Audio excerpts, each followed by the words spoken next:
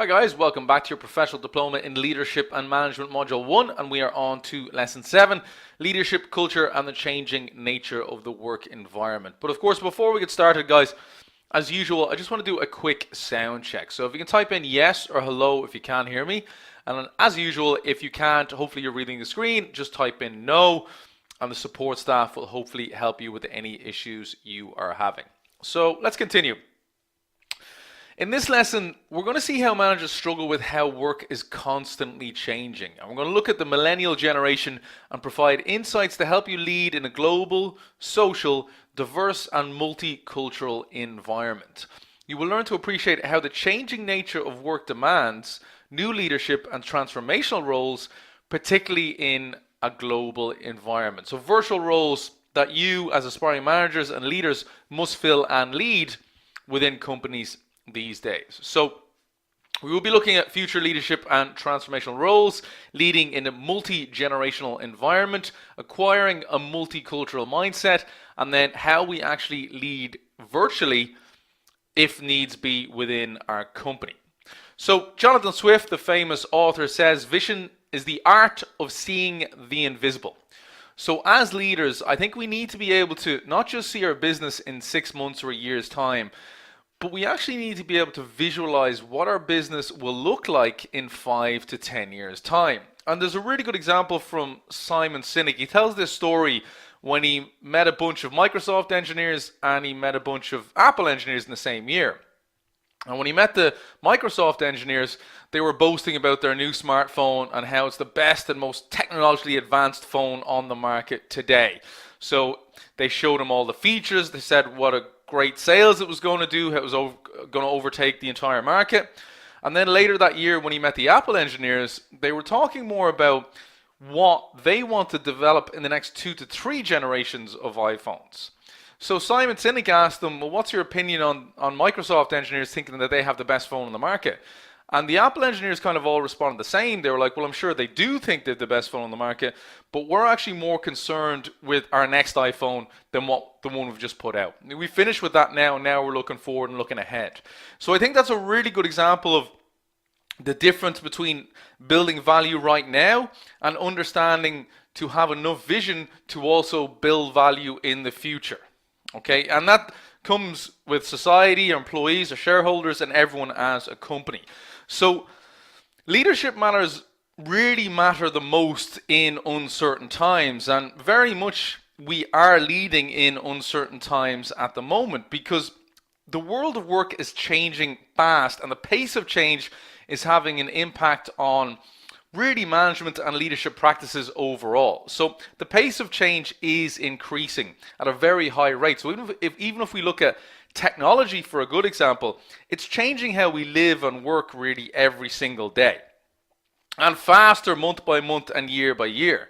So, we need to be aware of new work practices, emerging technologies, flexible working patterns, how to manage and lead in dispersed locations and multi-generational teams, because these are directly influencing how we learn and lead our companies, our departments, or how we build value for our customer. So at the same time, businesses also need to be more socially aware on how they go about creating value for society and their shareholders, because building value for their customer and building value for society has become really a priority for customers when it comes to where they're buying their goods and their services. So if we're not creating value and improving society as a whole, I think in the long run, we're going to lose a lot of customers. So value creation today is about being smart, inclusive, and responsible when it comes to our product or service and how we actually deliver that and what medium we do it in. Okay, so, when it comes to building value, there's a couple of things we need to think about. Okay, as I said, value creation is about being smart, inclusive, and responsible. So businesses today have begun to rethink about sustainable value. And when we talk about sustainable value, we're talking about what our business is going to look like in 10 or 15 years. and how we'll improve society or 10 and 15 years, and what our workplace and our employees it's going to look like in 10 or 15 years. So very much the Apple engineer mindset. What's actually the next 2 years, 5 years, 10 years going to look like for our customers and our company. Okay, and then along with sustainable value, we also have to think about that shared value. So is what we're doing good for our customers, our shareholders, our employees, and our society as a whole? So if we combine sustainable value with shared value, and we're always keeping that in mind, we can not just build value in the current business market, but we can also build value, I think, a lot better down the line. So I think that's what we need to do as businesses to shift the practice of business leadership. Leadership today cannot ignore political events, economic policies, changing business strategies, or cultural and societal norms, what they are today. So they need to know how to respond through the way they go about their business, and in a way that benefits their business and the wider society as a whole, because that's the shared value. Are we actually improving the wider society for our customer and for our employees? So leaders need to see how their businesses play a role in shaping society.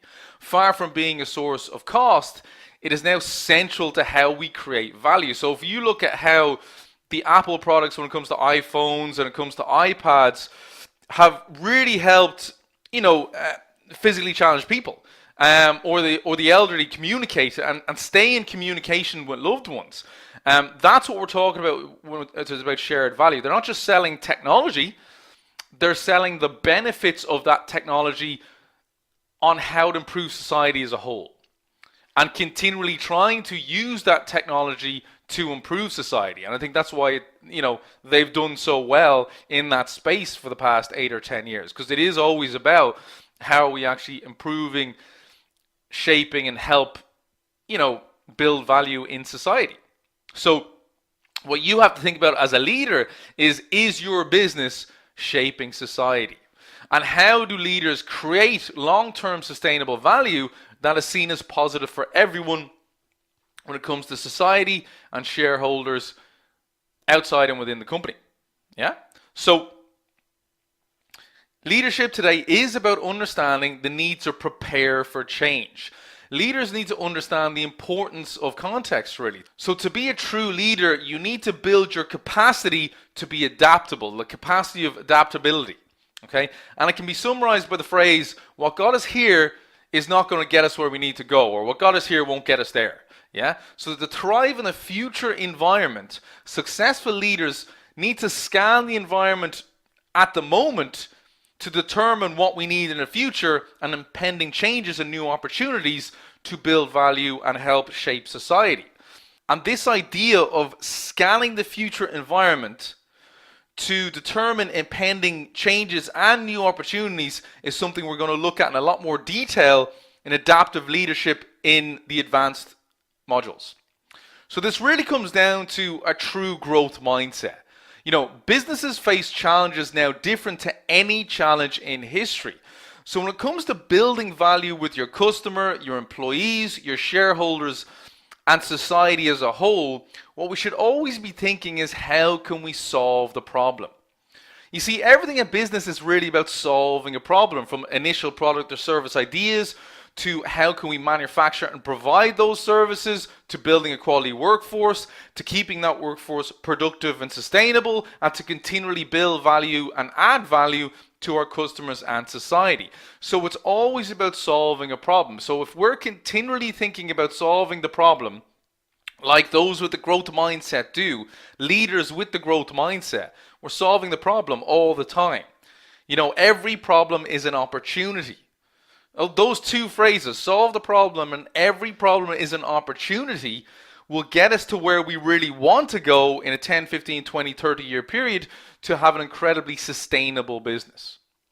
And I think there's 4 main areas where leaders can add value for future growth.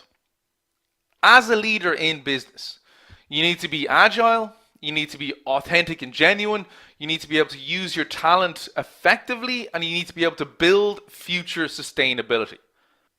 So when it comes to your agility, it represents the speed of change which will be required by us and our companies to be more nimble and flexible to society. So those who have the foresight to spot change in the horizon, anticipate what comes next, and take the lead on how to develop future winning strategies that meet these evolving market demands will be successful. Okay? Now, when it comes to authenticity, we talked about this in the last lesson, change leadership. Okay? We need to be clear. We need to articulate our vision and paint a very clear picture for our staff and our business. We need to be able to lead with confidence and have the courage to take a stand.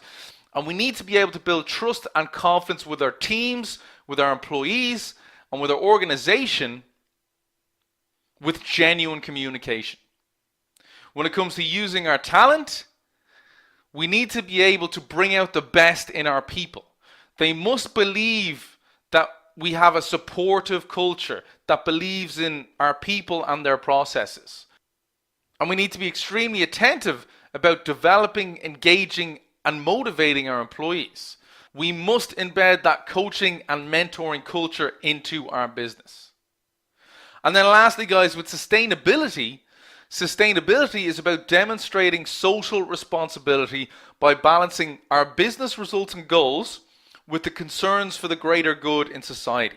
So leaders need to be able to take responsibility for the impact of their decisions and what that might have on their workforce, on society, on the local environment or local area, and on the environment as a whole. So sustainability is going to be a major key to whether your business stays successful in the future or not. Okay? And I think if we can look at those 4 areas and do them effectively with everything else we've learned so far, it will really help us see where we need to go in business and really to spot our future problems, because every problem we have is an opportunity to develop and grow. So if we can spot our future problems or challenges, we can come up with strategies and solutions for them so we can continue to build and grow as a whole. And guys, to give you an example of that, the guy in the blue t-shirt and the purple mat in the picture there, he's a guy called Paul Corcoran. He's the head of the consultancy firm Agent Marketing.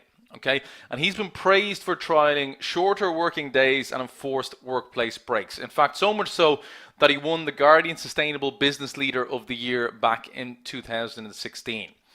And he's a passionate believer that happy, well-balanced staff do their best work. So making the workplace as human as possible is a no-brainer for him. And like I've said this all the time when I've went into certain companies and done training, especially within the fitness industry, when it comes to sales and retention and just building value with their customers.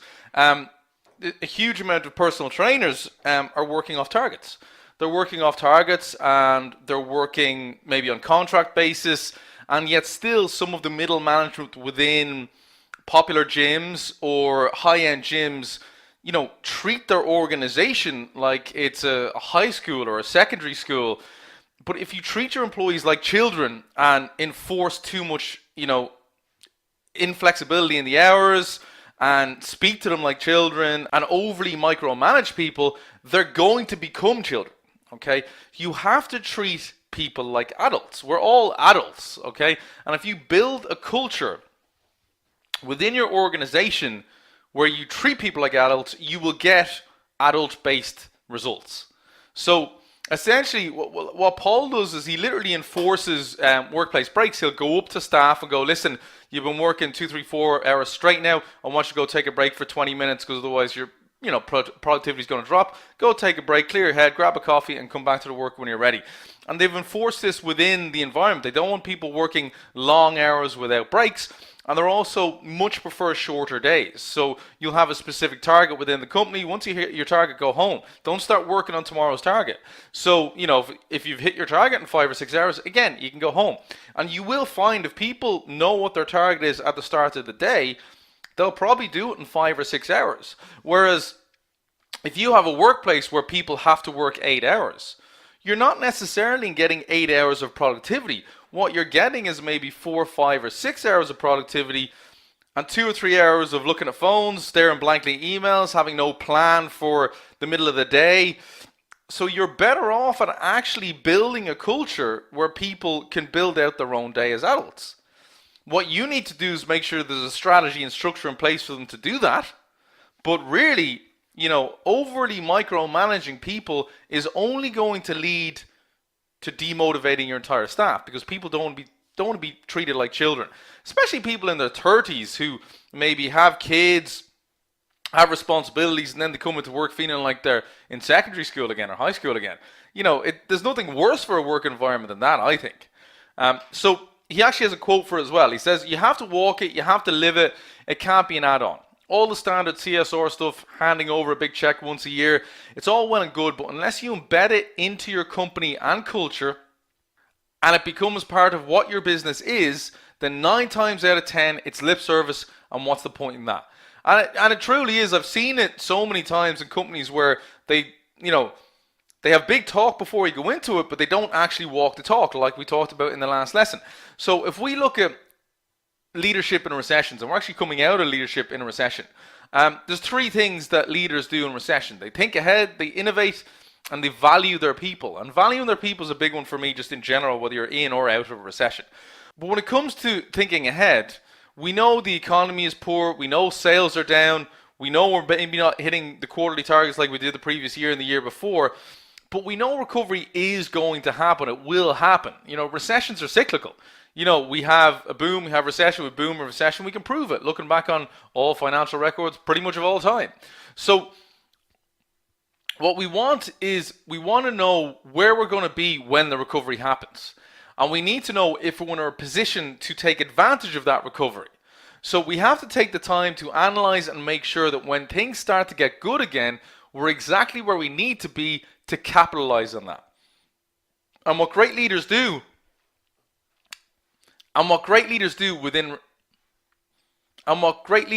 in recessions is they link strategy and decision making. So the best strategic plans are useless if they don't drive decisions. Execution is everything after decisions as well. So your best thinking and most innovative projects can emerge from uncertainty and difficulty once you've made the decisions and planned the execution. So you have to focus on believing what's going to make you successful when that recovery happens, and your ability to be in that position when it does happen. They also innovate, guys. Okay, leaders innovate during times of uncertainty, during times of recession. Okay, we have to create a culture of creativity and positivity. The best ideas will probably come from the people within your organization, but it will only come from within your organization when they feel it is safe to actually give their feedback, give their 2 cents, and give their ideas. And they also must feel that they're going to be supported and rewarded about giving that up. So we have to be willing to make sure we do have the support structures, we do have the recognition and reward structures, so they're willing to actually try and come up with the solutions to make the business better as a whole. Because again, threatening people with job losses and across the board pay cuts is just not going to do the job for us. We have to value our people. We have to be honest and lay out exactly what the business environment looks. We have to be very honest and lay out what the business environment looks like as a whole for the next 3, 6, 12, 10 months or whatever it may be. Okay, we have to think as a team and not just as ourselves or shareholders. And we have to measure twice and cut once, as they say in carpentry. Okay, so really look at the people, really look at the areas that you need to develop and continue to develop so you can capitalize on the recovery when it happens. The problem is that in bad times, a lot of companies will make the mistake of just slashing across the board, slashing certain projects, slashing staff, and that's the worst thing we can do, because bad times are the best times to invest in the most important parts of our business, precisely because your competitors and other companies probably aren't investing, because the majority of the companies do not invest in the bad times. The wrong strategy is broad layoffs, is 15% cost cutting across the board, cutting everyone's pay across the board. The right strategies are for example, back in 97 in Asia, the economy was terrible, and companies like Cisco and Cemex turned on the heat and magnified investments and picked up assets for like 50 cents on the dollar.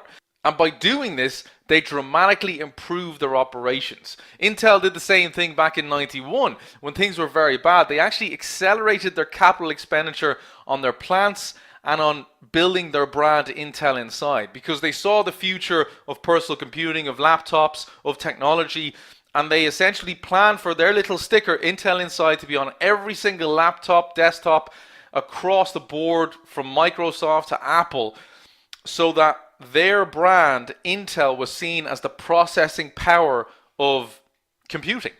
And to this day, you still see Intel Inside sitting on Apple Macs, sitting on Lenovo and Windows and Microsoft and every single possible computer manufacturing company in the world are still the majority of them using Intel. So you see, when we actually invest in the bad times and when we actually take the time to plan out for the recovery, how it can pay off. And there's a few ways we do this. We have to align our strategy, our structure, and our culture, and that will give us high performance. When we manage to align all three of those areas, we're going to get high performance. And leadership relies on getting these aligned, because if we don't, we're just getting inefficiencies in our organization. So you have to set the vision, the mission, the strategy, and the objectives within that uncertainty and within that uncertain times. You know, the direction setting is very much a part of strategy. Okay, we have to set that direction. So when we look at structure, we're looking at how the business is designed from our people, our processes, and practice point of view. I'll give an example, guys. I started working in sales and business development in a very high-end gym in 2009. Pretty much a year into one of the worst recessions Europe has seen in a very long time, since the 90s. Okay? And what happened was that when we went in as a team, we had a very good team together. Went in as a team, pretty much every mid-level gym was going out of business. High-end gyms were losing thousands of members, and then the low-end really didn't exist, and they were starting to come in, and budget gyms were starting to expand in Ireland to try and take over the market. Okay, and in that period of recession, we actually improved over a 3 or 4 year period within a recession to the previous 7 years. To the previous 7 years, which was in a boom. Okay? So yeah, there was an effect in 2008, but 2009 onwards, when we went in as a team, we increased pretty much each year by about 10 to 15%. I think the last year was about 22%. So it was a huge undertaking when we went in as a department, but we saw that there was nothing aligned. And one of the big ones was that we were losing massive money in personal training and retention because the sales department was not aligned with the gym floor. So what was happening at the time was the sales department were selling the gym membership, and was a very high-end gym membership with all the facilities, but also a 4-week individual training session program for each member to get their initial goals started. Okay. Now what was happening on the gym floor was the personal trainers were trying to sell add-on personal training packages immediately from that first session, ruining the value that was built within the sale. Okay, because they were basically telling customers that actually these weren't personal training sessions, they were just quick inductions, and what if you want real personal training, then you'll have to pay for it as an add-on. Now, this was a huge problem when we went in as a department. There was a few of us went in as a sales team, because we found that the personal trainers and the sales staff were not working together, which was ridiculous. Because the only thing we were going to get from the sales staff and the personal trainers working together was an increase in sales, retention, and personal training packages. So what we did was make it very clear and gave a lot of the personal trainers on the gym floor a little bit of sales training, because what they didn't realize was all the guys in the sales office had actually been personal trainers for about 10 years. So they had been more experienced personal trainers than the guys that were in the gym floor, because the guys from the gym floor were only out of college 1 and 2 years. Okay, so we kind of all got together, gave the guys a bit of sales training on the gym floor, and explained, look, this 4 weeks was their chance to build a huge amount of value with that client, so they would automatically want to continue and buy more personal training packages. So instead of telling them that they weren't doing personal training and that there were only 4 induction sessions that really weren't that individual, we said give them 4 individual sessions. In fact, give them 4 of the best personal training sessions you have ever given in your entire life every time you have a client. Make sure you are the best part of their day. And if you're the best part of their day, when they try and go and work out themselves in 4 weeks' time, they're going to hate it and they're going to want to pay you. And the second thing they need to do is chat to the salespeople to make sure that who they're trying to sell to actually have the money to do it. Because the salespeople are very good at looking at the clothing, at looking at the brands people are wearing, at really knowing if people have money or not. And it's pointless trying to sell to people who aren't going to have 60 or 75 euro a week to spend on personal training. And when we did this, we saw an increase, not necessarily in the sales, because the sales team were doing a great job, but we saw a massive increase in personal training sessions being taken up on the floor and a massive increase on our retention of gym members, because that little bit of training and that working with the sales team from the gym floor actually improved the value that all members were getting on the gym floor. And that's what I mean by aligning strategy, structure, and culture. Because each of those departments had a different strategy, had a different structure, and really there was no culture. So what we brought in originally in the sales department, then across board to the other departments, was that every single thing we do when someone enters as a member into that high-end gym is about building more value every step of the way. How can we build more and more and more value every single day? Because we know the more value we build with them, the more secondary spend we get. The initial income, the regular income, is their gym membership, but they're also going to pay more for personal training and pay more in the cafe and buy more coffees and meet people more and bring more friends in, and overall we will actually increase all 3: sales, personal training, and retention. And that's how we brought that high-end gym 10, 15, 22% above every single previous year in a recession. And other gyms were going out of business. We aligned those 3 things: strategy, structure, and culture. And leaders need to be able to look at the culture, the mindset, the attitudes, the beliefs, and the values of the people within an organization to be able to align those 3. So how do you measure culture? Well, we look at the behaviors of our staff. We make sure that we're getting the right behaviors, and we build for high performance demands once we've aligned all of those 3 things. So what are the challenges facing leaders today? Well, we've 3. We've external challenges. So it's almost impossible to imagine a situation where a leader doesn't have to cope with external challenges. So to some extent, the measure of any leader is how well he can deal with constant succession of crisis and minor annoyances that threaten the mission of the organization. So we have to be proactive. We have to be creative. We have to make sure that we're using all our resources, and we have to look for opportunities to collaborate where we're going to improve the efficiency internally and externally for the organization.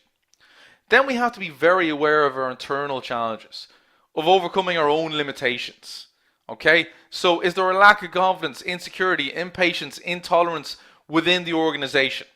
Can we clear those out by properly communicating and building value? Okay? Can we acknowledge and overcome any issues within the organization that will make us better leaders? So like that gym example. Yeah? And lastly, guys, challenges are constant. So we know that. So we just have to be aware of it. So we have to be aware when something new is about to start, when a new challenge is about to come into play within the market, when something is about to end and things by definition are about to change or get difficult, when times are tough or approaching tough, or just during times of transition. Have we lost a lot of good people? Why have we lost a lot of good people? Do we have to replace them all? Simple stuff like that. We're going to have constant challenges on a daily basis, monthly basis, quarterly basis, yearly basis. But if we keep that vision, that goal in mind of what our business should look like in 5 or 10 years, aligned with building value currently, then I think we can overcome a lot of those challenges. So guys, let's look at one of the major challenges that we're facing for the first time in business when it comes to keeping a workforce happy. And that is that for the first time in modern history, the workplace demographics now span 4 generations. meaning that 20-year-old new hires can find themselves working side by side with colleagues who are older than them by more than 50 years and literally working on projects at similar levels as well. So how do we lead in a multi-generational environment? Well, there's a few things we can do, but first of all, we have to understand how the workplace is really made up. So the first generation we need to think about are baby boomers. They were born between 1946 and up to about 1964. So 53 to 71 at the moment. Okay. Now, these were trained as visionaries. They grew up in post-World War II era. Their parents had lived through global depression and World War, believed with all their hearts that life would be better for the next generation. And the largest ever generation, really, the baby boomers. So this belief was so pervasive that Time magazine awarded its Man of the Year in 1967 to the boomer generation, then 25 and under. Okay? The next generation we have to think about is the Gen X, and that's 34% of the US labor force. So named by Canadian novelist Douglas Coupland, this generation has always defied labels. So as children, Gen Xers heard parents and teachers worrying aloud about recession, inflation, stagflation. They watched leaders like Nixon and Reverend Baker and Swigert fall from grace, and the mood of the era was very cautious. So the role of women around this time also really changed. And many of their mothers worked outside the home. So those children became known as latchkey kids who had to learn to take care of themselves. Then we have the fastest growing generation of cohorts, the millennials, now comprise of 34% of the US workforce. The era that shaped them began with major change around the world. So it was the end of apartheid, the fall of the Soviet Union. So this generation grew up with technology. 29% of college students surveyed back in 2002, born between 80 and 84, said they first used computers between the age of 5 and 8. So with nearly an egalitarian relationship between parent and child, millennials tend to feel comfortable discussing what had previously been thought of as adult issues, like domestic violence, AIDS, marital infidelity, and all of that kind of stuff with parents and teachers. So they grew up with a much more casual exposure to multiculturalism than earlier generations. And members of the millennial generation tend to be goal and achieve oriented. So many were required to serve time volunteering in order to graduate from high school, and they exhibit high levels of social concern and responsibility. And they tend to arrive on the job with higher expectations than any earlier generation because, with a tap on the phone, they can notify thousands of their, friends and cohorts about which companies match or fall short of their ideals and expectations when it comes to work. And now we also have Gen X, kind of under 16s, fast approaching the workforce in the next couple of years. So, we have 4 generations in the workforce, really, with very, very different cultures and values. And as leaders, we have to take advantage of this. So how do we do that? Well, the challenges that face us when it comes to maybe combining the skills, the talents, the culture of a multi-generational environment. Well, if we picture the scene, you have fresh-faced graduates working alongside a 6-year-old work colleague on the same project. Now, these 2 employees work for the same employer, but have very different expectations and views of the workplace. So what motivates these workers? Well, much of the published generational research focuses on differences between the millennial generation and the others.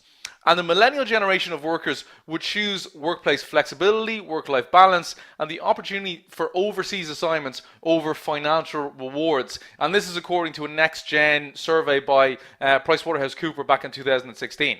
So there is potential for negative stereotyping when it comes to older workers may perceive millennials as entitled, tech-obsessed, or too eager to challenge the norms, and a lot of the time do, while millennial employees could very much see previous generations as stuck in their ways and difficult to train or behind technology. So what we need to do as leaders and as organizations is we need to take steps to ensure managers are able to overcome their unconscious bias between generational differences, and that can actually present a positive opportunity for development at both ends of the spectrums to all generations. So young workers, we can use their enthusiasm for trying new things really encourage innovation, while older workers can leverage their experience and broad perspective to help millennials understand some of the costs and risks associated with those ideas, so we can really nail down which ones should be implemented and which ones maybe haven't been proven yet. So we really need to be able to take advantage of their strengths and minimize and almost try and disregard and make it disappear the stereotyping we see all the time. Because if we can work together, we're going to see massive benefits from the different skills from each generation. Okay, and if we look at that and we look at the benefits of multi-generational workforce, there are things like the team can attract and retain talented people of all ages. And you'll tend to see this: great leaders, great workers, great innovators. They can be 20, 30, 40, 50, entrepreneurs, really. That's what we're thinking about. We're thinking about great entrepreneurs. An entrepreneur can be any age if they have the growth mindset. The team can gain and maintain greater market share because its members now reflect a multi-generational market. So the problem with having a single generational work staff is you're really going to have trouble appealing to the different generations with your service or product. Whereas if you have a multi-generational culture, a multi-generational workforce, you can now use all of their specific skills and capabilities to really hone in on how to target each generation. Decisions are stronger because they're broad-based with multiple perspectives. So, we see a number of ways to maybe solve a problem, and a number of ways that we can go about it that might solve it in different ways for each generation. The team, without a doubt, are more innovative and more creative. The more ideas from different angles and different generations we get, the better to solve problems. And we're trying to solve problems, remember? The team can meet the needs of the diverse public and can relate more effectively. So remember, if our workforce is 4-generational, well, the people living in it are 4-generational. So the society as a whole are 4-generational. So we need to meet the needs for these customers, and our customers are 4-generational. So if we have an age-neutral workforce, what leaders can do to really boost understanding, respect, and productivity is a commitment to retaining corporate knowledge across generations, preventing brain drain, and keeping an organization competitive. So, we need to educate employees on generational issues. We need to prevent brain drain through knowledge capture and sharing. We need to make sure that we're promoting fairness and equal opportunity for all generations. You can't just be, awarded because you've been there long. It has to be based on work ethic. It has to be based on results. It has to be based on effort. Recruitment messages geared to each generation will attract across the age spectrum. So we have to know what way to recruit each generation. Targeted recruitment with mature workers gives employers a competitive advantage in acquiring the right talent. We don't want a load of 22-year-old. We don't just want a load of 22-year-old managers either. We want some steadfast experience in there at middle and senior management who can really steer the talents of the millennials with the experience of the other generations. Attracting younger workers is crucial to ensuring future business, especially if you look at how business is done. Business is completely changing when it comes to products and service, digital marketing, Google AdWords, the way people actually shop and acquire their products, especially personal brand development within the digital space, is so different to what it was 50, 60, 70 years ago. You can now have a 16-year-old kid start up a YouTube channel and in 2 years' time having his own clothing brand making millions. So, business is completely different now. And the commitment to age diversity builds a company's reputation as an employer of choice. So if you have the reputation of all generations wanted to work there, you're going to guarantee that you get the talent. And then lastly, guys, to wrap up this lesson, let's look at leading in a multicultural environment. So, adapting to new cultures. All experts in international business agree that to succeed in global business, managers need the flexibility to respond positively and effectively to practices and values that may be drastically different from what they're accustomed to. And this requires the ability to be open to the ideas and opinions of others. So in working to adapt to a host culture, a leader must understand that the goal is not to lose well-known business practices in favor of cultural compliance, It's to serve the organization by adapting to the host culture. So the leader will be successful if he or she works to adapt their national culture norms to the target culture. So you have to listen, don't come to, say, preconceived ideas, and try to understand your customers and employees in that region. Okay. We also need to lead people to greatness with humility and patience. So show sincerity in learning the culture. Again, being genuine. Being genuine always wins. Okay. So aggressive leadership styles built on arrogance or patronizing attitudes will cause failure. Always. Okay. And establish yourself as a credible team member. And then obviously establish the corporate vision, but do not abandon your national culture. So don't lose what's unique. Don't lose the well-known business practices in favor of cultural compliance. So it's very important that obviously we have to adapt and integrate multiculturalism, but also keep our initial culture and targets within the organization as well. Okay. Now, there is some challenges to this. Okay. So behaviors, motivation, frustration, and efficiency, are challenging when dealing with multiculturalism and a multicultural working environment. So understanding why people behave differently than expected. So our behavior is always an expression of our values. So when you're managing people from a different culture, you have to adapt to their norms and their values and understand their behavior and where it's coming from.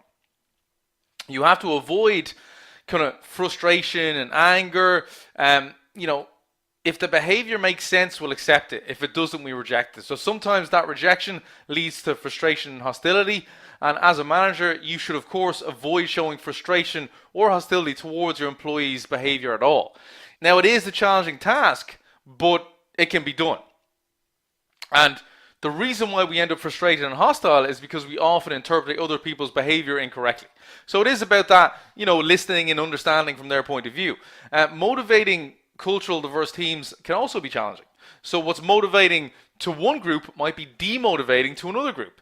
So you have to expand on your cultural knowledge, you have to bring along your motivation system, and you might experience a decline in efficiency and employee satisfaction in some groups while you're learning. But that's okay. So again, it's like every failure, every problem is an opportunity. We learn, it's that growth mindset as usual. And then, with efficiency, some people value decision making fast and move on, while others will take the time to analyze the situation thoroughly.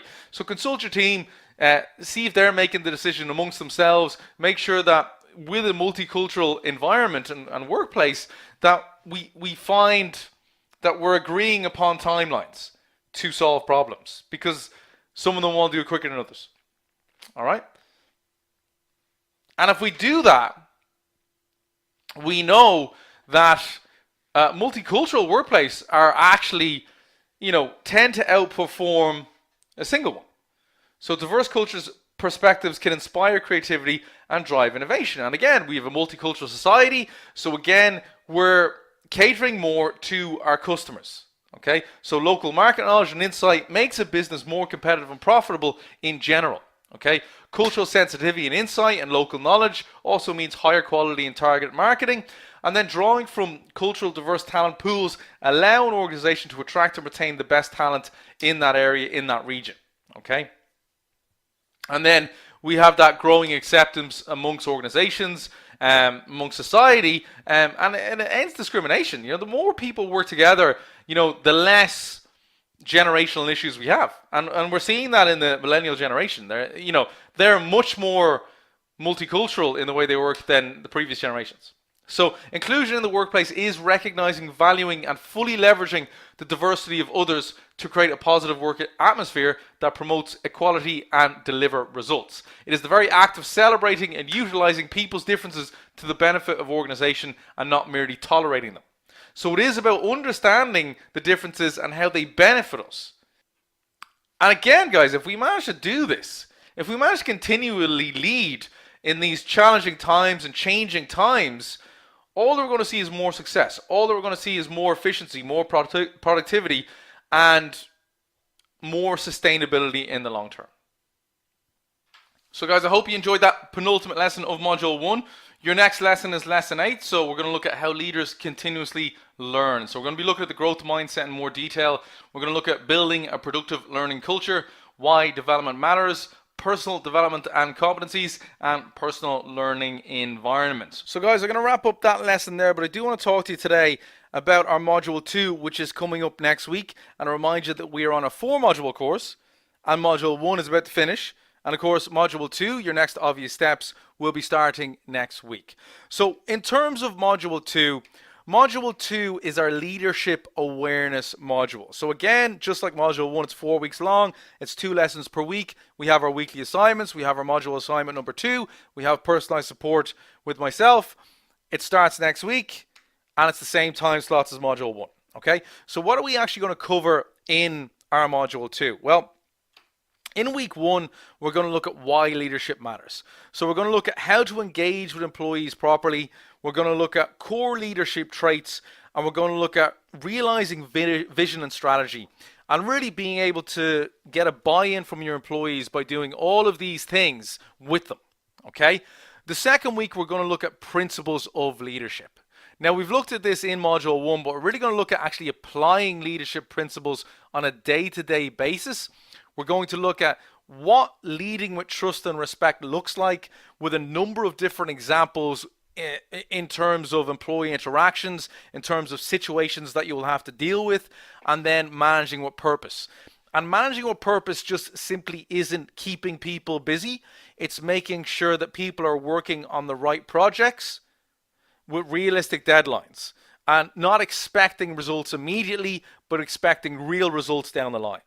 In week 3, we're going to look at leading with visions, values, and purpose. So we're really going to start looking at how to build out your vision, how to create shared goals with you and your employees, and how to get what's called strategic alignment. And strategic alignment is understanding what's going on around us, what we all need to do to hit and reach that end goal, and make sure that we're all going in the same direction, but obviously concentrating on different jobs.